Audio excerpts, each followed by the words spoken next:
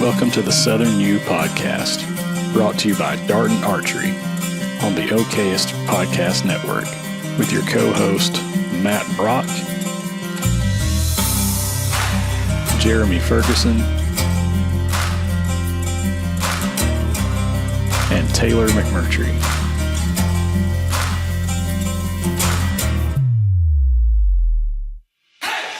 If you're looking for all things land-related in the Southeast, you came to the right place. Whether it's real estate, habitat, wildlife, or just being outdoors, this is the place for you.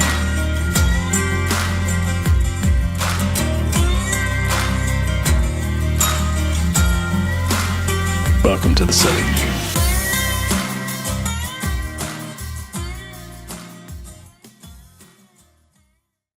Hey guys, welcome back to another episode of the Southern U Podcast, where we seek to provide information and resources on all things land related. My name's Taylor. Got to my immediate left here is Mr. Matt Brock of Howdy. Habitat First Properties. No shots. I mean, he gave I you do. two. He He gave you two or I, three. No, I appreciate that, and I respect you greatly. There you go. That's all I was going for, is Respect. greatly respect. Yeah. And Mr. Jeremy Ferguson of Wildlife Consulting Services / TLC, not the band, unfortunately. No, we're not chasing waterfalls Nope. today, baby. Unfortunately. Kind of want to see Jeremy chase waterfalls now. At least sing it. Yeah. Don't go chasing There you go. I know he Oh. didn't. He did. Well, guys, I forgot to do this on the last episode, but I do want to give a shout out to our sponsors. We have First South Farm Credit. Yeah. Appreciate you guys helping us out with making this podcast possible. Tethered tree saddles. You can get mobile and use a tree saddle instead of a tree stand and be a little bit more efficient. Run and gun if that's what you like to do. We appreciate them. Also, Darton Archery / Black Eagle Arrows / Conquest. Y'all, those boy. things are killers. Are they not? I mean, We just put some stuff on the ground. we have this killed some crap. Yeah, somebody has.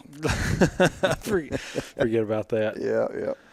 What, forget that I went all the way to Texas and Yes. didn't kill Didn't anything? shoot nothing. Well, you did. Just You got to kill some quail. Yeah. I did, most importantly. Not with a Darton, but Not with Right, a Darton. right. Yeah. Don't get me wrong, I could. Yes. I would make Yes, that trip that's right. just to shoot quail. Oh, that was a cool trip. Every time. I mean, like, I had that much fun. I had a buddy out there shortly after we were out there, and they shot the stew out of blues, too. Really. Oh, man. They're such pretty birds. They are. Delicious. The great They were the great good. thing, the footage he sent me, he had a dog. Oh, yeah. So, that's cool. you know, we were the dogs, but that's okay. And that's fine. I'm perfectly Oh, I had a fine with blast. that. I'll kick up quail all day. yeah. Yeah, no doubt. And shoot the one long morning dove when he comes over. That's right. And Vitalize Seed. Definitely want to give Oh, Vitalize. Everybody's been hitting us up on Instagram wanting to know what to plant right now and what to put in the ground. And Yep. So we're making recommendations. You guys go check them out. Yep. Little Nitro Boost. And give, I know it's some competition, but might as well throw a little bit of appreciation toward the folks there at Mossy Oak. Absolutely. They are, they got us some trees from Native Nurseries. But two, Mike and the guys over there have got me set up with a big order of soybeans coming in. Yep. So we're going to look. It's going to be a test. We're going to run Vitalize. We're going to run Eagle soybeans, and we're going to run Mossy Oak side by side. And we're going to see how they turn out. Look, they are very different. One's a mix. One's a group. I think Mossy Oak, Mac told me, was a group 5. I think That's correct. soybean, and then the Eagle seed are indeterminate, so that they'll stay green until the frost. But I do want to see, how they compare, how they handle deer browse, and I mean I know how Vitalize, I know how Eagle seed. I have not been lucky enough to have the experience with Biologist beans. Now look, my biologic beans last year, soybeans, did great. Well, I honestly thought that when the deer hit them the first time, I thought, yeah, they're done. and they came back. You got me some, and we Yep. planted them, and unfortunately, they got about this tall, and army worms hit. So Can't it do was nothing with that. there was nothing we could do. Army worms wiped out the entire field. We weren't going to replant with soybeans, so it was just lost cause last year. Last year, army beans hit the Army beans. army worms. Sorry, army beans. What's an army bean? It's, I don't know. We might wanna They find out. they come in MREs. That's right. It's probably something They'll stop you military. up. Yeah. I was going to say the house here is kind of a new construction site, so we have not put any kind of grass seed down yet, and so whatever's here is just There. And army worms showed up, and there is no grass at the house. Mm-hmm. It wiped it out. So Yep. They caused us some significant problems last year. no doubt. I hate the stupid little things. And last thing I want to say, we have, I believe, a new podcast that has been added to the network recently, and it is the Okayest Shooter / Powder Horn podcast. Mm-hmm. And so if you guys are gun nuts, if that's your thing and firearms are your thing, check it out, man. They've got some really cool stuff happening over there, and we're gonna have to partner up with those guys and do a show one day and do some shooting. We doubt. need to do Look, a that's- shooting No doubt. episode for sure. We could give up this podcast and I could go straight over there and I'd be fine. well, that's good to know, isn't it, man? No, I mean, hey, just leave us. Hey, I like guns better than I like y'all. I didn't believe take him. much. I Hey, believe him. Look, I can't shoot nobody with y'all. Yeah, that's true. You know. Well, I could take the one away from you. That's true. That's true. It's true. I'm packing. Well, I guess with that being said, before we jump in to the topic of discussion, y'all got any shout outs for viewers or audience today?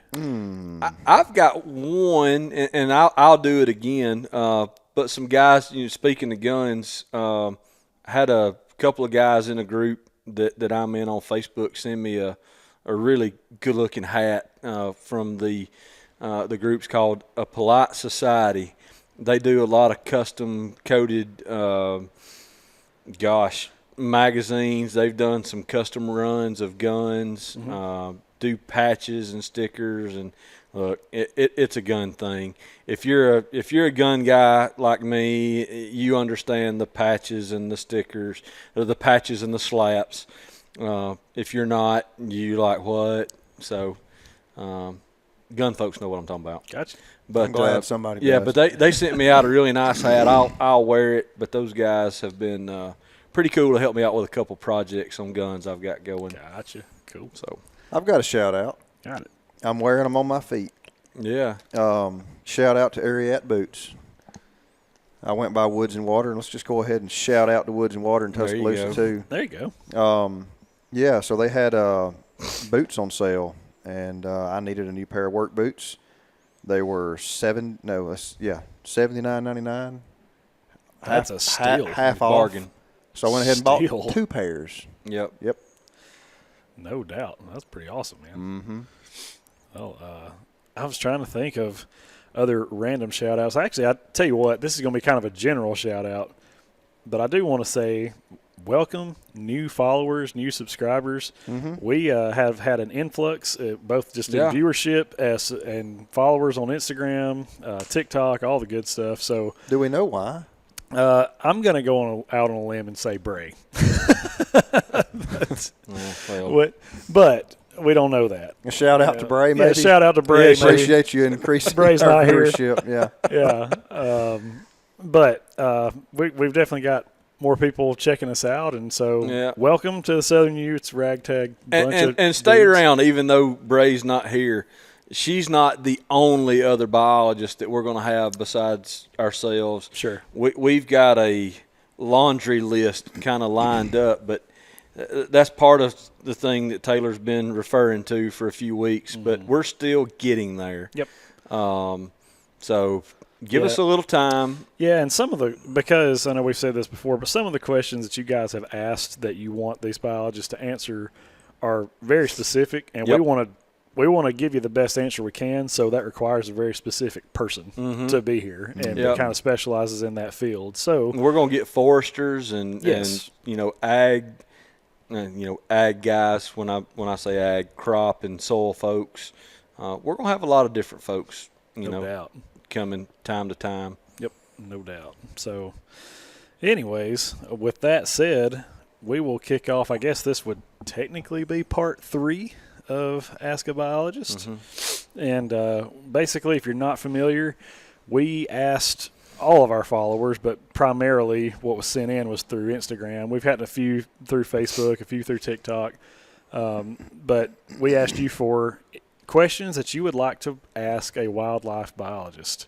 If there's ever been something about habitat or about, deer, turkey, quail, whatever, that you like, man, I'd just like to know what a biologist would have to say on this specific subject matter, whatever, then we throw it at them and we get answers for you. Yep. So it's been a lot of fun because we've been able to go in depth on some of this stuff and really kind of dissect some of these questions and have pretty good response too. You guys seem to be eager to send in some and it's questions. enjoyable when we don't know what you're going to ask, and a couple of the questions Taylor would hit Bray and am I hot? No, you need to be hotter. Oh, you can't hear me.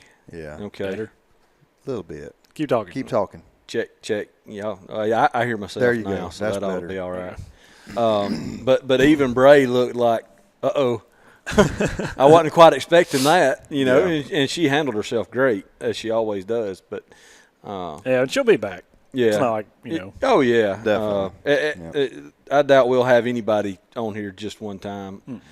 Now, look, if we could get rid of somebody, we would. But, I know who that would be. Yeah. I'm the only non-biologist, so I guess I'm like the odd man out. Nah. I think he's talking about me. No, yeah, we definitely talking about you. Oh, man. Yeah, that's the premise. If you're new to this thing, 2 biologists and a marketing guy decided to start a podcast about land stuff. Yeah. So, what could go wrong? That's it. Entertaining. But if you guys are ready, if I can pull up these questions, we'll just dive right in here. Who knows? This could be a short episode. This could be a longer one. We'll just see where it goes. Ready? Game on. All right. Very first one here. What calls work/don't work in the South, and when to use them? I'm assuming this is deer. Yeah. Okay. Whew. I think that they all can work, and they can all fail. 100%. Situational, so it depends. Yep, it does. And really, to me, it all boils down to that individual deer you're talking to. Yep. You have to be able to see that deer. If you can't and you cannot judge that deer's reaction, you don't know if that deer is listening to you or even heard you. So you're not a fan of blind calling, then? I have had blind rattling work Yeah. a few times. Every time it worked was at Oak Mountain State Park. Really? Every single cool. time. If I hit antlers on Oak Mountain, I'm going to see a buck That's Yeah. awesome. every time. Because I hunted Oak Mountain, and as far as I'm concerned, that place is Chernobyl. Yes. Oh, I mean, look, the It deer was at density, one point. Yeah, the deer density there is 1/10 of what it used to be, Yeah, or less. Of course, I really think that it was the time and the unit that we drew at the time of the year that we went.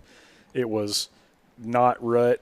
It was also not early season. It was, I think, if I remember correctly, I think we were down there the 10th through the 13th or 14th of December. Yeah, not Yeah, even that's- not even worth leaving the No. house. The doldrums of December. Yes. That's Yeah. a terrible Yes. time to be and, there. it was hard, man. Yeah.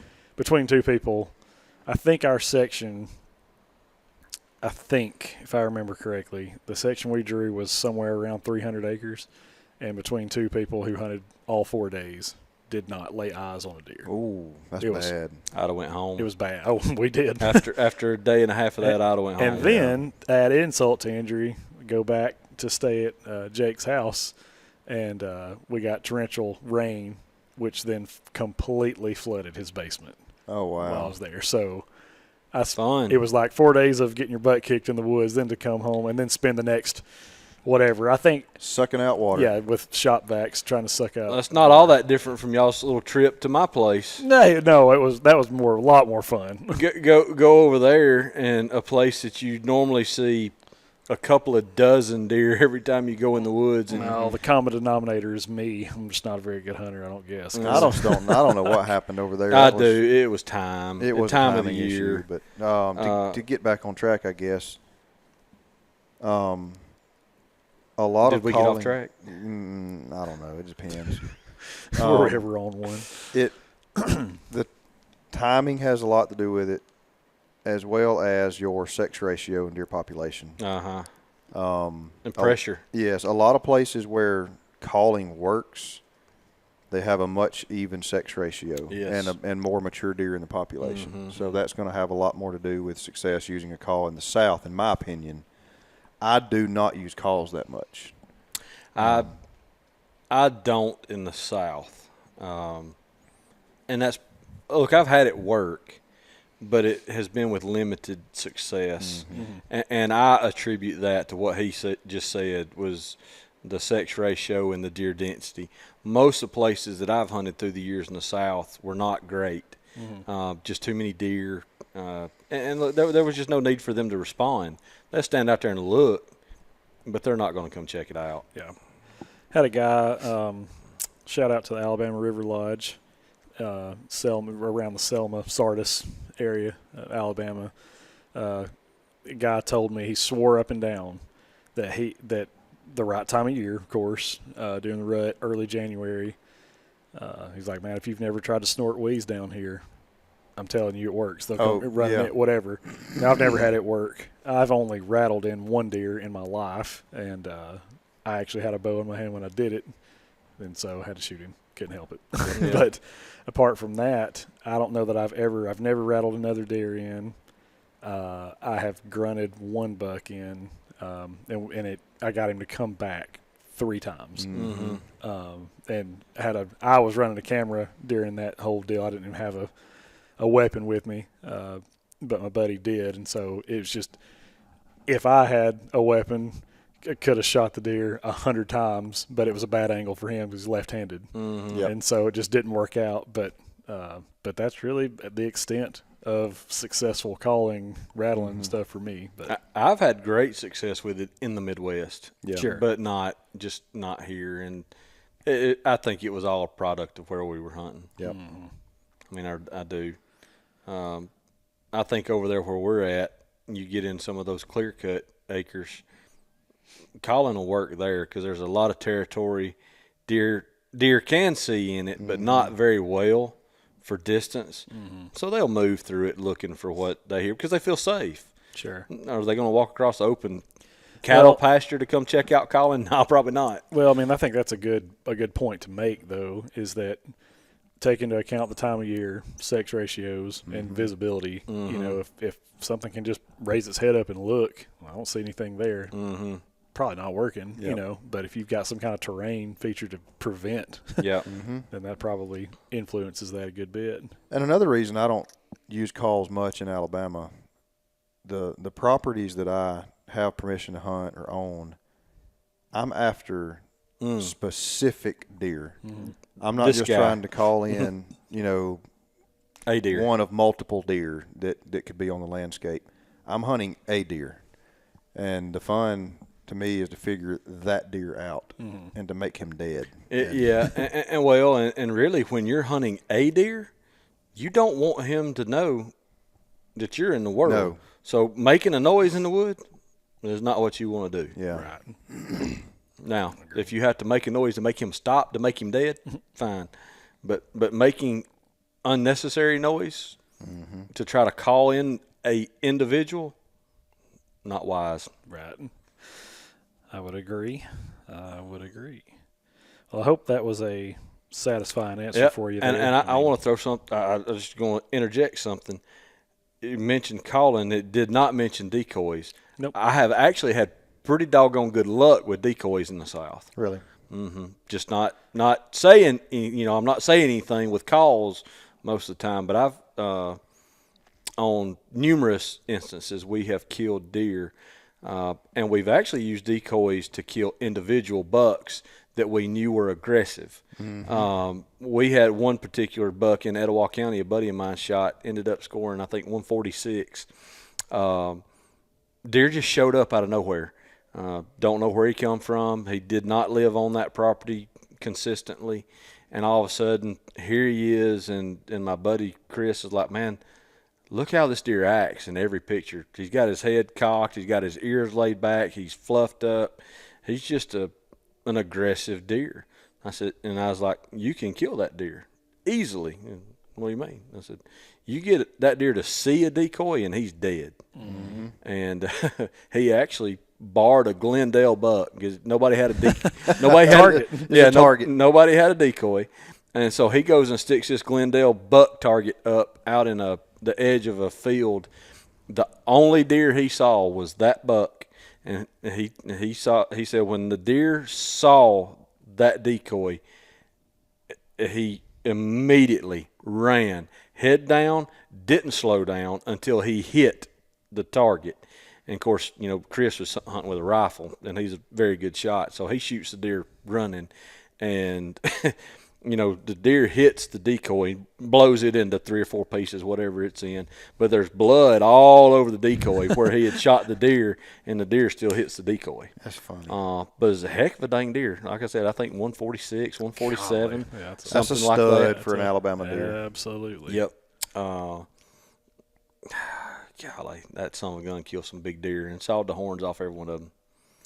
No mounts. Nope. Broke my heart. As far as my personal friends, no shade on you, but he's killed more big deer than anybody else I know, and it's not close. That's awesome. That's cool. All with a rifle though. Gotcha. You can throw shade on me anytime you get ready. Look, you kill a bunch of good deer. Not as many as he has, but you've Killed him with a bow, though, baby. You've killed a bunch of good deer, so can't take anything away from you. I've just been blessed. Let's see. Number 2. What is the easiest way, things to look for, to determine if a buck is mature or not? Good question. The length of the sack. I'm just kidding. That's what you're going for, guys. So I guess it's no surprise I have a lot of people that send me pictures and, hey, how old is this deer? Mm-hmm.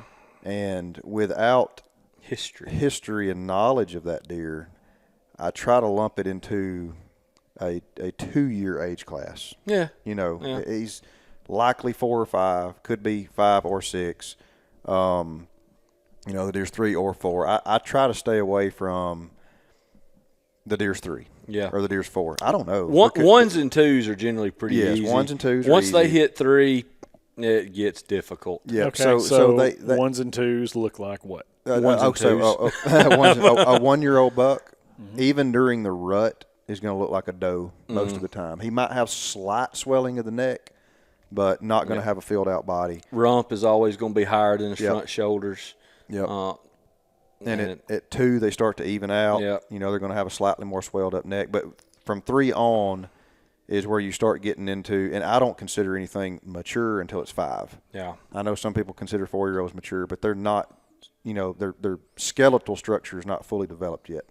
So what I look for in a hunting scenario, and I'm assuming that's what they're asking, how do I identify a mature buck in a hunting situation? Yeah, if I want to shoot this thing. Yeah, and that can be tougher. That can be tough. It can be very tough because sometimes, and this is the case with a lot of deer that I've shot with a rifle, you have seconds to make that decision and kill that deer. Yeah. Because they're just not – I don't kill a lot of deer standing in a food plot. I've killed some that way.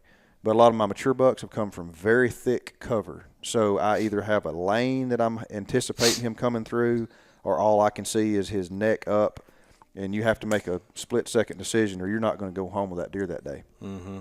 So one thing I look at, and this may sound ridiculous, a lot of people kind of overlook this. I look at the width of the forehead. Mm. If that's all I can see, yep. If you've got a deer with a wide, blocky head and a stout, swelled-up neck, yep. It is more than likely a mature deer. Mm-hmm.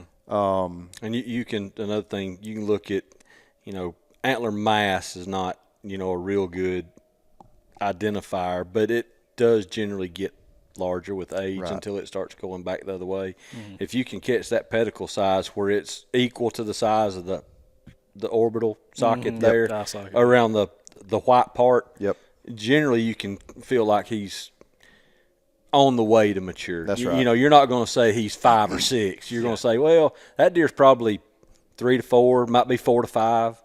But that's something that I look at too. Yep. Yeah, I mean, I guess identifying a deer via like trail cam photos versus in the field. Yes. You know, that's Yep. a little harder. You know, they're two different things. It's a little harder to do. But, yeah, I mean, depending on the time of year, if bucks are just running wild, Yep. you do have split seconds to Yep. figure out if I can do this or not. You know, and for us, talking about that, that's the one way to alleviate mistakes for us. We're shooting known deer. Right. If we see a deer out there, unless it's a no-brainer, most of the time we're coming back with a picture going, hey, does anybody know this deer? Yeah. You know, who is this? What is he? Where did he come from? Do we have any idea how old he is? Yeah. Because Before we pull the trigger. I've let some mature deer, really nice deer, walk. Oh, I didn't yeah. know who they were. Yeah. And the last thing I want for our management objectives, the last thing I want to do is shoot a deer that I shouldn't. Yep. Now, is it the end of the world? No. Nah. But I don't want to come back with a deer that I shouldn't have shot. Well, I you mean, know? I think, too, like, what we're talking about right now almost exclusively applies to, like, private or Private leased lands. land. You know what I Right, mean? Right. If you're on public land, I mean, look. If it meets the requirements. Most people Yeah. on public land shoot whatever's legal, Yeah. and that's fine. Yeah. But you know, identifying a mature deer in a hunting scenario can be difficult. But you know, if you get to look at the entire deer, a mature deer is going to have large, broad shoulders, and in most cases, they're going to be his front end is going to be wider than his rear end. He gonna look like Pawpaw pushing his walker. He ain't gonna have no ass. He's gonna be all shoulders. Yes, shoulders, neck, and belly. And if you'll look at younger deer, you know, a good way to rule out them being older is if you'll look at their chest and belly line, you'll see it, you know, coming back, and as it gets to their flank, penis, you know, sack and all that, it starts to rise. You know, still even at 3 and at 4, you'll see it just start to almost just kind of level out, and then at 5, it's no longer level. They generally, if the deer's in good condition, he's going to Gravity be. has taken effect. Yes, and he's going to have a fat pot belly, assuming he's got the food he needs. Sure. Right. Most of the time, a 5 to 6 year old buck doesn't look like anything Nope. else in the woods. And once you've seen a handful of them, You know. it's just like, wow, that's what I'm looking for. We tell people, you know, even in the hunting experience, when you see a big deer, a mature deer, you don't grab binoculars. You don't grab anything else. I was just about to bring that up. Yeah, you know it, and you grab your bow or gun. Yep. I mean, you know it. Of course, people that's never seen a big one may not have it. You know, they may not know it. Because I know plenty of people that would see a 2.5, 3.5 year old buck be like, "Whoa, that's the biggest thing I've ever seen." Pow. Oh, yeah. I mean, And look, no shame. nope, not at all. That's what you want to do. That's Do it. Shoot that. There's thing. been, I mean, I know people say this a lot, and I would say the same things, but, you know, if I'm in the Midwest somewhere, a deer of any caliber, aside from, you know, some sure enough hammer, like, it doesn't destroy me. Like, you know what I mean? A deer steps out there, and I go, okay. You know what I mean? Just keep my eyes on this animal and see what's going to happen next. Whereas in Alabama, you know, a doe steps out there and your heart wants to beat out of your chest. You know what I mean? It's just not the same. Like, you know, because I don't know if it's because the places that I hunt, at least, They're so hard to kill. yes, here. and They are. and there's It's not like, unbelievable. and there's not like, you know, excluding Matt's, you know, paradise that he has, but It's not all that he says it is. it's pretty awesome. We still struggle with poachers and trespassers. Sure, but I'm saying surely from neighbors. like forget age class. Let's just talk about the deer density. Just the actual We got deer. population of deer. We got Yeah. deer. Where I hunt. ain't many You of saw them. his text Yes. this morning or yesterday morning, whenever it was. Oh, Yes. all those deer standing in the yard. I know. Yeah. I was not expecting that. I really But that's wasn't. what I mean. Like where I get to hunt, it's like there's just not many of them. No. And so if you have one in front of you, it's like, don't screw this up. You know what I mean? It's because those opportunities don't come along. No, that's right. they don't. And I think that's part of it. But yeah, you have your heart pound out of your chest over a doe in some situations, and others. In most situations, with a bow in my hand, a doe gets me more worked up than a buck. Right. I don't know what it is, but I can tell you what it is. They screw up more than anything else. Does in the wood? Yes. Oh, absolutely. They will blow your hunt. Look, let me tell you something. You can't even breathe. The easiest deer, and there are probably listeners out there that are going to say this guy is absolutely full of crap when he says this. The easiest deer to kill in the woods is a mature buck in early season. They are oblivious to anything going on around them. They're clueless. They're confident. Mm-hmm. They do not care. What can screw it up? A doe. Yep. Yeah. A doe will screw that hunt up long before he will screw it up himself. Running that neck out. That's it. Throwing her nose in the air. Doing a little stomp. Yep. They will mess you up in a heartbeat. Mm-hmm. No doubt. Can't educate them, though. She blows, she goes. Oh, absolutely, yeah. I don't like to educate does. No doubt. We discriminate against education for female deer. There you go. Mm-hmm. Oh man, I mean, I think that's pretty good answers though. Being able to identify them, just looking at trail camera photos, and then also just in hunting scenarios in general. And hey, one thing we can do, I can send you some photos. Yeah. And just pop them up on the screen. No doubt. During this episode and kind of show what a 5-6-year-old buck looks like. Yeah, for sure, we can do it. Let's see, moving on to number 3 here. Says, hey, quick question. During the summer and early season, maybe through October, we have a decent amount of bucks, but I feel once the rut starts, I do not see them. Mm-hmm. We have good habitat and probably as many does, probably too many does, I'm sorry, but not sure what is going on.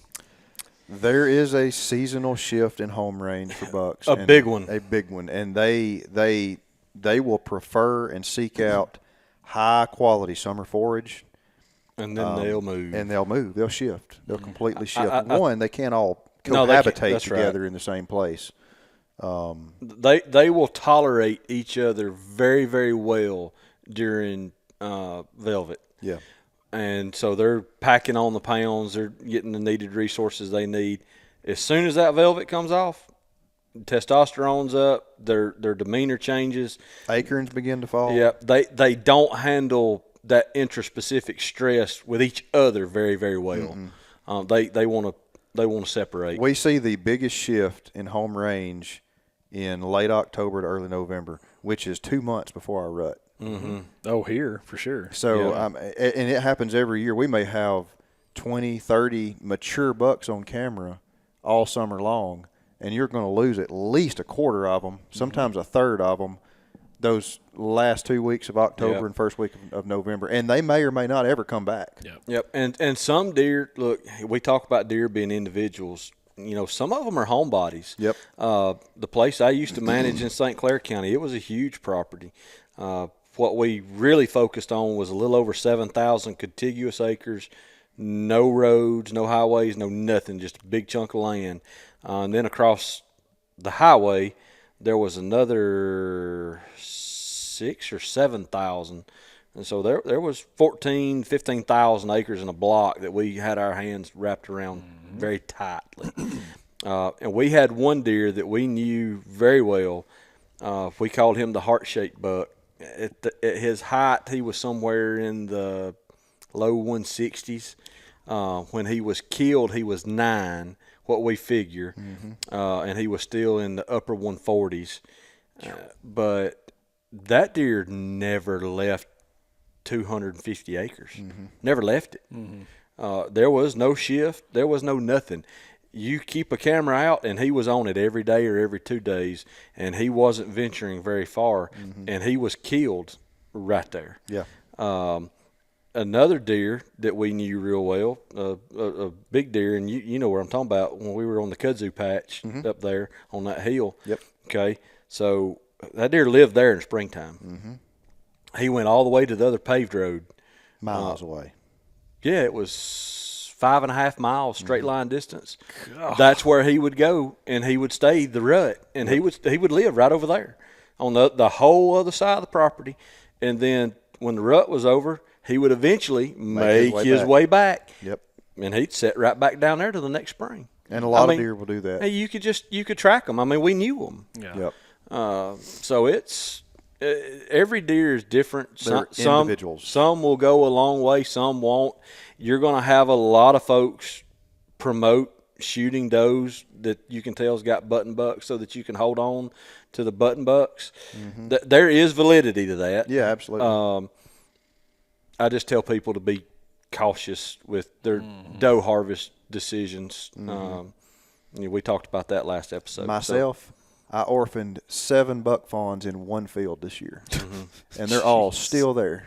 And look, every one of them. And the deal is, very likely they will be. Yeah. Unless they bump heads and somebody is the man and pushes somebody else out. They'll be buddies for a couple years. Yeah. And they'll figure things out. So harvesting does and the right does, you can change how your place hunts. Absolutely. If you need to reduce your deer density, shoot your old foundation does that are really, really good at fawn rearing. Mm-hmm. If you don't need that and you need successful breeding, shoot some of your young does. does. Shoot your young does. And look, they're really not that much different to tell from bucks as far as an age standpoint. If 4 to 5 does walk out in the field, it's pretty easy to pick out who are the yearlings, the ones from the previous year. Mm-hmm. Oh, yeah. And shoot those, 100-pound, 80 to 90-pound, 100-pound yearling does over the more successful breeders. Yeah, I mean, I know it's still considered the South, but like when we were in South Texas, that first doe that I shot there, Matt Moore said she's likely 8 years old. I mean, I'm confident that she's 8 years old. And looking at the jaw, which again I know it's not totally reliable, but he was like, I mean, you could see a crater. When you see jawbones like we were looking at in Texas, you just don't even have to worry about it anymore. No, they're just old. She's old enough. And when she showed up, well, I mean, there's other deer out there, but when she showed up, it was like, oh, that's Nana. You know what I mean? Like, jeez, get out of her way. White ears, white face. Yeah, and so there was no mistaking that. Which again, I don't know how many people, generally speaking, are going to come across 8 and 9-year-old does on their property. Probably not often, but it's probably more like 3, 4, and 5-year-old does probably. But I mean, there was a noticeable difference in her and everybody else that was out there. You mentioned I guess the age classes of the does, and I wish I could remember, and I could dig some of it up because I kept a lot of it. But my days with Cetera, we tracked all of our harvest across all acres, and it was kind of funny. They didn't shoot a bunch of young does, and they didn't shoot a bunch of old. It was kind of right in the middle. Was just always kind of where we averaged out, which I always found a little odd. I would have felt like with the deer density and where we were, on the ground, that it would have been younger than that. I would have thought they would have been fawns 1s and 2s. Yeah. But it was primarily 3s, 4s, 5s. Well, and it's weird because on our place, we've killed a lot of does over the last few years. I mean, hundreds and hundreds of does. And they, for the most part, I'd say 75% of them fall in the 2 to 4 year old age class. You'll have a few over, and you'll have a few that are 1.5, but most are in that middle-aged category. And I think that's – which is really, it's an indicator of a healthy herd. Yeah, it is, which is why I said it surprised me a little bit that back then because it was industrial pine plantation. Things weren't managed very well. We tried, but, I was responsible for 360,000 acres. And it's not like I could do a whole heck of a lot other than work with my clubs. But I just really expected to see it lower than that because I just didn't feel like the deer were quite as healthy as they were. Yeah. But their body weights generally average pretty good. Lactation was always suspect, but I just didn't think folks knew how to check it. Yeah. And I think that's still correct. Yeah. Like, I mean, I have a similar scenario with property where, early season or even preseason, you get, bucks in velvet, and it's like, oh man, this year's going to be awesome. We've got, on this teeny tiny little piece of property, we've got 6 bucks that are just, showing out. Can't wait. And then mid-October rolls around and they're gone. Well, and look, it's even more difficult for a small landowner. Say you've got a 40-acre tract, a 100-acre tract, and you've got 3 to 4 mature bucks in the summertime, and you think, oh my gosh, man, for such a small property, this is going to be such a great hunting season. Well, then guess what? They disappear. All of them. Every one of them. But here's the thing. They may not be as far as you think. No. Because if you've got a small acreage, they could have shifted their home range half of a mile. Yeah. And if you had a larger acreage, you'd still have the opportunity to hunt that deer and know where it was. But because you don't, and you think they're just gone. And I think that's where a big part of the mentality of, I'm going to kill mine. Right. I think that's where it comes from. Yes. People really – What? Darn spider back over here. I thought you got rid of you little spider. Well, I did too. I tried to put it on you. That's a different one. That's not the same spider. No, we got an infestation over here. Well, that looks like just a common house spider. You need to call your bug man. For real. He's all right. He don't eat much. Daggone, where was I? We got sidetracked. I don't know. Taylor, where was I? Squirrel. Yeah, Talking about small properties. Oh, yeah. Oh small yeah. properties. The mentality of I'm gonna shoot mine. In reality, those deer are probably still there. Right. And people get excited of, oh man, I'm not going to see these deer. They shoot another buck that they wouldn't maybe, and then the other one shows up, and they're like, oh, I'm gonna shoot that one. Yep. And it's just it's a bleed over effect, so to speak, where I think folks get the opinion, well, I'm just not going to have anything, so I just better shoot the first thing that I see. And in reality, those deer are probably there and close by. Hunting it a little differently, might help. But the place I had up in Jackson County was the world's worst. Now, we killed some great deer up there. And those deer are highly seasonal. They are. Golly. And people are going to go, hey, full crap, he didn't have that mean deer. Well, you can argue with me all you want, but you're wrong. We had huge corn and soybean fields up there, and every year that we had it, and we had it for 13 years, I believe, we would have 30-plus bucks on that place. And I don't mean spikes, 4 points, and everything. I'm talking about 30-plus bucks that we were like, holy crap. Good deer. These are solid deer. And once the crops came out and the acorns started falling, we would hold on to 1 to 3 of those deer. The rest, gone. Never to be seen again. We might pick them back up the next spring or something down in those big ag fields. But once those crops were gone, the acorns hit the ground, shoot. Chances of you seeing those deer were slim and none. You better kill them before that happened. Yeah.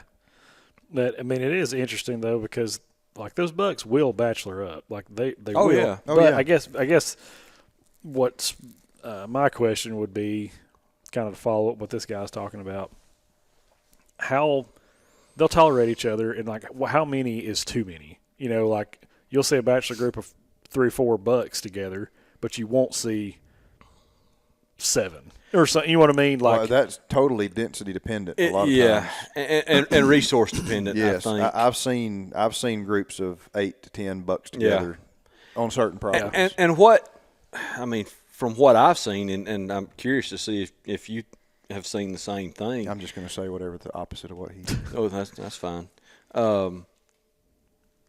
I think some of the bachelor groups are bigger than what people give credit for. They're just not laying up on top of each other all the time. I think there's 2 laying here, and then a quarter-mile away, there's another 2 or 3, and then same distance. They're just kind of scattered out, but when they come together in that resource for that food, they're all together in their group, and that's who they're with. But they don't just lay up with each other. And that's like the thing. family groups of does. A lot of times what you actually see, by the time you observe a bachelor group, it's actually 2, 3, 4 bachelor groups of 2 to 3 units coming together for one food source, and they just tend to all kind of trickle in about the same time. So you think, oh, that's one big group of deer together. Well, they may be spending all night together, but during the daytime, during the daytime, they're actually dividing up. They're close, but they're just not right with and each what other. I have seen too, a lot of times with your older age class bucks, they will be a part of several bachelor groups. They just kind of bounce around, and I guess you could call them solitary. I mean, they're really They a lot of times you'll find them even during the summer by themselves, alone, or maybe with another buck, another they'll, old buck. And they may be with a group today and tomorrow, but then for the next 3 weeks they may be with a different group, and then they may come back to this group, and then they may be solo for a few weeks. Deer behavior is really interesting. It is, especially that time of year. And there again, pressure plays a role in a lot of that. Where deer just don't feel pressure, man. It's neat. I made the comment to the guy riding around today on their place. It's just neat to go to a place and watch deer act like deer. Yes. I mean, we were on a big track, in North Alabama, and not hunted very hard, just riding around, and man, deer they stand there and look at you. No doubt. Let's see. We'll move on down here to our next to last question. I had to learn. I learned what this word meant a minute ago because I hadn't heard it yet. But what is the best ecotone or screen to plant around fields to help wildlife feel safe? At the risk of sounding like a turd, nothing. If you've got to buy it in a bag to plant the screen, then unfortunately probably not doing things just the way that need to be done. I'm dying to answer. It's killing me. For me, I had much rather disc and promote native vegetation that's supposed to be there is to go buy something in a bag and put it there. Now there are good native grass mixes and things that you can get. I have just found that most of the time it's not necessarily needed. Hurry up. I'm done. You say your piece. I'm about to blow up. Because he wants to say, we'll plant giant macranthus and switchgrass. That's definitely not the answer. There are enough native grasses in the seed bank in just about That's just what I said. I know that. I'm just going to expound. Shut up. Expound or expand or both? Both, probably. Okay. Generally speaking, when I try to screen or provide an ecotone, I do the same thing he said. I'm just glad he said dude used ecotone. I know it. He's a smart fellow. He's read a book. Absolutely. Because you can do fall disking in areas that you want to have a screen, and you're going to get bushy blue stem, you're going to get native switchgrass, you're going to get broom sedge, you're going to get little blue stem, maybe big blue stem. All these are, but the biggest thing is also you're going to get forbs and legumes. Yeah. So you get the grassy structure to provide the screen, but you're double dipping because you're getting spring, summer, and fall forage. And browse plants. Yeah. So that is my answer. I'm not against planting switchgrass and all these other things. No. But it's an added expense. It's an added expense. And you can accomplish the same thing by not putting any seed in the ground. And you're going to disturb it. Yeah, you just want soil disturbance. That's really all you want. One of the things I tell a lot of people is try it the first year and see what you come up with. Yep.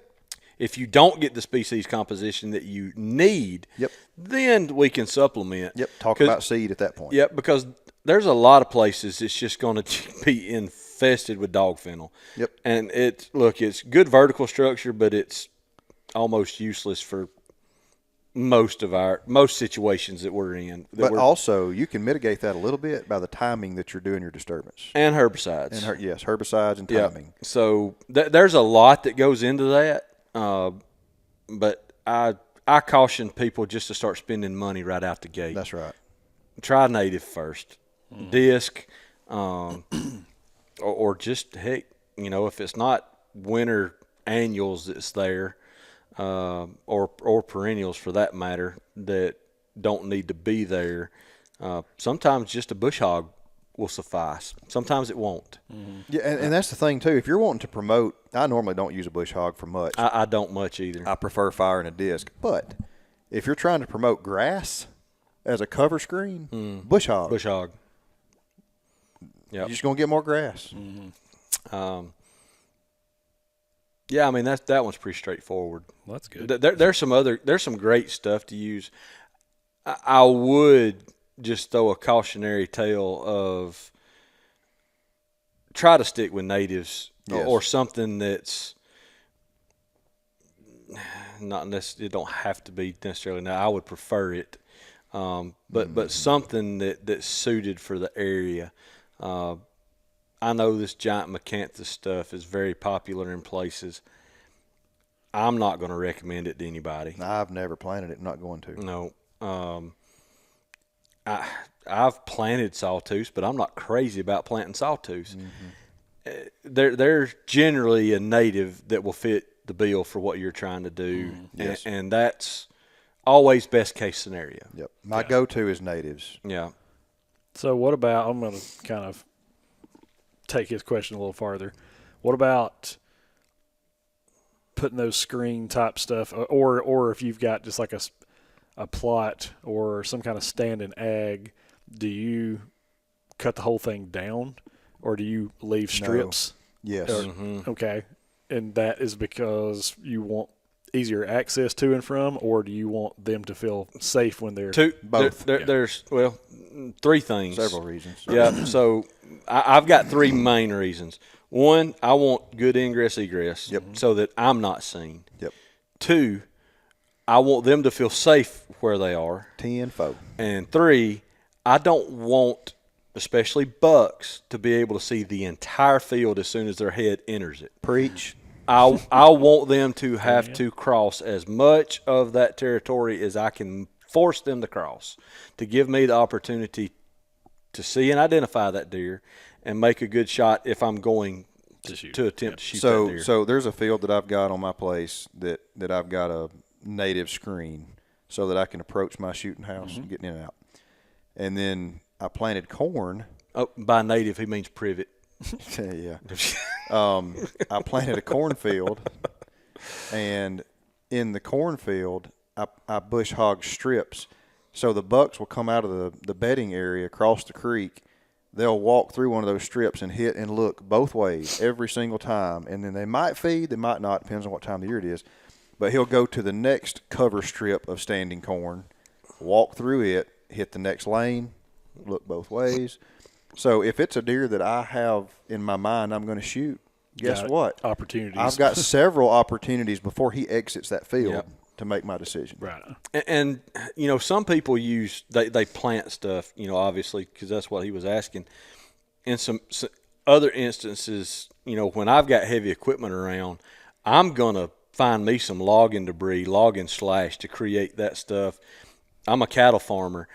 I'll go get bales of hay and create stuff. Oh, heck yeah. I've pushed over trees. Yeah, absolutely. I've pushed them over. Use what you've got. Yeah, and piled them in front of my shooting house. And guess what? It just grows up in all kind of crap. All kind of forbs. Then all you got to do is trim your holes to shoot through. Just trim some limbs where you can shoot through and do it that way. And you've got a natural screen, natural cover from downed timber. Yep. And let me tell you something. If you haven't hunted out of a blind that is made out of hay, do it. Yeah, try it. It's got to hide your scent somewhat, because I used to hunt in cattle pastures out of hay bales. I would put a tiny little electric fence around it to keep my cows from eating it, and I would stack up square bales of hay so that I was just shooting one direction. I've had deer within feet of me downwind. I know they're downwind. They just may have been stupid deer too. Who knows? Not care. But when we were trapping deer, we built all of our blinds out of square bales of hay with plywood tops. Mm-hmm. We'd be as far from here to the camera from deer, looking out just little squares of hay, just looking at them, and they don't have a clue we're in the world. That's crazy. And they get so used to seeing hay bales, like big do. round bales, sitting out in the field. I kid you not, I have gone and sat in front of a hay bale in camo that does not match the hay bale in any way. Oh, yeah.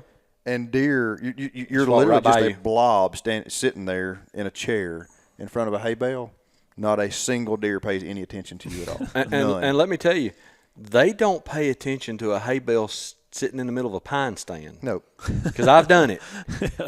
I've gone and put bales of hay in unthinned pine plantation and hunted out of them. Mm-hmm. Works great. That's funny. Yeah, I know. There's a company that's made a business model off hay that. bale blinds. Yeah. Hay bale blinds. Yeah. So. That's funny. Doing things before it was cool. That's right. Last one. We're really switching gears here. Last one for the day. What do you think about the medicated feed for wild quail for eyeworm prevention? That's something that you would have any experience with, number one, I guess, and then two, would you recommend it or not? That's out of my wheelhouse. That is out of my wheelhouse too, but we can get an answer to that. Okay. That's not. We know problem. quail people. Yeah. Good quail people. We are quail habitat people. Yes. We are not quail bird people. Right. I can create quail habitat. Yes. I'm assuming it's probably got to be in the same family of parasites that you'll see in pheasants. They'll pull the lid back and you can see these squirming worms everywhere. I mean, that's yuck. Yep. I would and here this is just the science side of me coming out is when it comes to quail, I guess my question would be if it's financially worth it. That's what I think. That's what he's getting at. And quail are not long lived. Right. They are, as long as they've got moisture, they reproduce really, really well. I just don't know that it would be worth it because how short their lifespans are. It would be the cost benefit analysis. Yeah, I don't know that you're going to save them long enough to justify the added expense, but that's a great question and one that I don't know the answer to. Nope, but cool. we will find out. That's right. We will get with our quail people and we'll figure it out. And a great resource for quail information if folks are looking for it. Look up Tall Timbers Research Station out of North Florida, South Georgia. They do a tremendous amount of quail research. Matt and I both have done projects with them in the past, or I think you have. I know I have. We did a translocation project with them years ago on a track in St. Clair County. There is not a group anywhere that's going to have better information on quail. Gotcha. Yep. Quail are awesome too, man. Oh, yeah. they're if we had them when I was they're my favorite game species, period. If I could have worked with them, around here, that would have been my career. We just didn't have them. Mm-hmm. So I settled for dang sorry old deer, pine, goat, and turkeys. But I enjoy quail much more. If quail populations keep doing what they're doing at our place, we're going to have them. We'll have a quail hunt.